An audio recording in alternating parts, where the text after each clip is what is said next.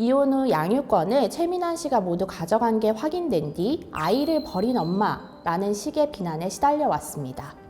그러다가 결국 지난달 결혼 생활 중 최민환 씨가 유흥업소를 다녔고 시부모님 앞에서도 자신을 성추행하기도 했다고 털어놓았습니다. 안녕하세요. 오늘은 라붐 출신 유리 씨의 양육권 소송 관련해서 영상 준비해봤습니다. 최근 전 남편인 FT 아일랜드 최민환 씨의 유흥업소 출입 사실을 폭로한 유리 씨가 모든 걸 바로잡고자 얘기를 꺼냈다며 아이들 엄마로서 부끄럽지 않게 살았고 지금도 그렇게 살고 싶다고 했는데요. 이혼이 알려지고 난 후에 유리 씨는 많은 마음고생을 했습니다. 유리 씨는 너무 많은 억측과 비난이 있었다면서 이혼을 후회하진 않는다. 다만 삶을 행복하게 살면서 아이들 엄마로서 위치도 잃지 않았다는 말을 너무 하고 싶었다고 했습니다. 엄마 자격이 없다는 식의 비난이 반복해서 쏟아져서 결국 사실을 밝힐 수밖에 없었다는 이야기입니다. 그는 아이들과 함께할 나를 위해 열심히 노력했고 나아갈 예정이라고 말하며 또 최근 1년 동안 많이 놓치고 살았다. 그 전에 나를 지우려고 한 것 같다고 했습니다. 유리 씨는 이혼 후 고민이 많았다고 했는데 난 아이들을 버린 게 아닌데 아이들이 그렇게 생각하면 어쩌나. 넘어갈 수 있는 일인데 내 마음이 좁았었나. 아이들 엄마로서 살아가고자 했다면 받아들였어야 했었나 라는 생각이 들기도 했다고 하며 아이들에게 떳떳하지 못한 엄마가 되고 싶지 않았다고 했습니다. 과거 유리 씨와 최민환 씨는 2018년 결혼했고 지난해 12월 이혼했습니다. 아이는 셋을 낳았는데 이혼 후 양육권을 최민환 씨가 모두 가져간 게 확인된 뒤 아이를 버린 엄마라는 식의 비난에 시달려 왔습니다.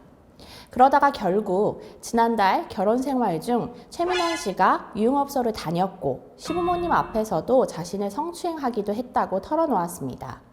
이 과정에서 녹취록까지 공개돼서 많은 분들이 녹취록상의 대화를 알게 돼서 놀랐었습니다.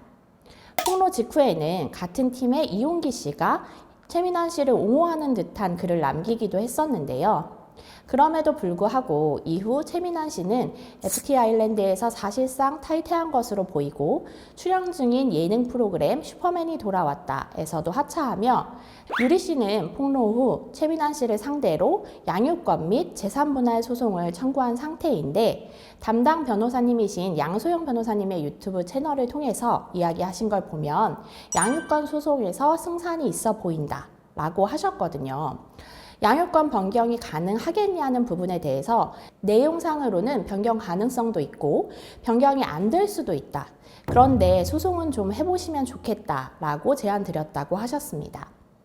양육권 변경 청구가 들어가면 법원에서 현재 상황을 변경할 필요가 있는가를 살펴보게 되고 아이들이 지금 제대로 양육되고 있는지, 양육자가 잘하고 있는지, 비양육자가 양육했을 때 현재보다 더 좋아질 가능성이 있는지 등을 보게 됩니다. 사실 저도 작년에 이혼 당시에 기사를 봤을 때 의아했던 부분이 많은 부분 권리를 주장할 수 있는 부분들이 분명히 있는데 이런 것들이 포기된 것 같다는 느낌을 받았었는데요. 담당 변호사님께서 충분히 승산 가능성이 있겠다라고 말씀을 하셨으니 좀 재판 상황을 지켜봐야 될 것 같습니다.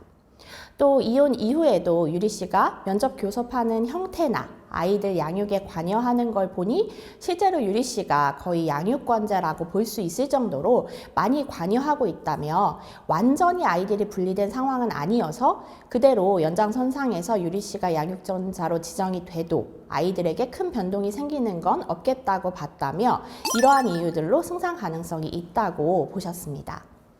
우리나라 민법은 이혼 당시 자녀의 친권자 및 양육자를 정하도록 하고 있는데요. 자녀의 복리를 위해서 필요한 경우에는 변경할 수 있다고 정해져 있고 재산 분할도 이혼한 날로부터 2년 이내에는 청구가 가능합니다. 법적으로 양육권과 재산 분할을 재조정할 여지가 있지만 쉽지 않다는 게 또 다른 관련 분야 전문 변호사님들의 의견이기도 합니다. 재산 분할은 영원으로 주기로 합의했다는 구두 합의가 있었다면 불리한 내용이 아닌가 싶다며 변경이 안 될 수도 있다는 생각이 들긴 한다고 전망하셨는데요. 협의 이혼을 할 때 이미 친권, 양육권은 아버지 쪽으로 결정이 됐다. 법원에서는 부모의 양육 의지도 중요하게 생각하지 않겠나. 그래서 협의 이혼할 때 포기를 한 부분은 유리 씨한테는 조금 불리하지 않나 생각이 든다며, 법원에서 친권 양육자 결정할 때 중요하게 생각하는 것은 아이들의 양육 환경을 계속 유지시켜 줄 수 있는지 입니다. 그래서 법적으로 계속성의 원칙이라고 설명을 하기도 하며 반대 의견을 말씀하셨습니다. 아이들이 오랫동안 최민환 씨 부모님 집에서 계속 살아오고 있었던 것 같고, 지금도 그 어머니가 아이들 보조 양육자로서 양육을 해주고 있는 상황이고, 또 경제적인 능력은 일단 별 문제 없이 살아오고 있는 것 같아서 지금 상황에서 친권 양육권 조정은 쉽지 않을 수 있겠다 라는 부분인데요. 아이들의 의사에 대해서는 아직 미취학 연령이기 때문에 반영되기는 어려울 수도 있다고 전망을 한 것입니다. 다만 성매매 의혹은 친권 양육권 변경 청구 소송에서 영향을 줄 수가 있는 부분입니다. 실제 처벌이 된다고 하면 성범죄랑 관련이 있는 것이기 때문에 양육권에도 영향을 줄 수 있는 거죠. 이 부분은 분명 자녀의 복리와도 관련이 있는 부분입니다. 그렇기에 소송상으로 유리 씨에게 유리한 지점인 거죠. 다만 성매매만으로 이 친권과 양육권이 완전히 결정된다고 보기는 어렵기 때문에 상황을 좀 더 지켜봐야 될 것 같습니다. 유리 씨가 이혼 전에 법률 상담을 받았다면 재산 분할 및 위자료 청구를 분명히 했을 텐데, 이 부분이 저도 변호사로서 볼 때 좀 아쉬움이 남는 부분입니다. 재산 분할과 위자료 지급을 받아서 그를 통해서 새로운 출발을 할 수 있는 공간도 마련을 하고 기반도 잡고 했으면 좋았을 텐데 그러지 못한 것이죠. 그래서 그런 만큼 이번 청구를 통해서 유의미한 결과가 좀 있었으면 좋겠습니다. 사실 요즘에 가정법원에서 요구하는 어떤 성매매라든지 이제 그런 성적인 부분에 대한 증거들은 형사적인 것보다는 이제 강력한 걸 원하는 건 아니기 때문에 지금 그런 녹취록들이나 기록들이 있는 것만으로 인정이 될 수 있을 거라고 생각이 들고요. 그렇기 때문에 그런 부분들은 아까 말씀드린 것처럼 분명히 유리 씨에게 좀 유리한 부분으로 작용될 거라고 생각이 듭니다. 일단 악플을 굉장히 너무 많이 받고 있는 상황인데, 그 악플의 이제 대부분이 뭐 아이를 버렸다라든지 아니면은 뭐 네가 그렇게 하니까 나 남편이 그럴 수밖에 없지 않냐, 이런 약간 80년대식 그런 사고방식 같은 느낌의 그런 악플이라든지 하는 인신공격이 너무 많았기 때문에 이제 본인이 그런 사람이 아니었다, 이혼의 이유가 있었다, 그리고 아이들을 버린 것이 아니다 라는 해명을 하고 싶었던 것으로 생각이 됩니다.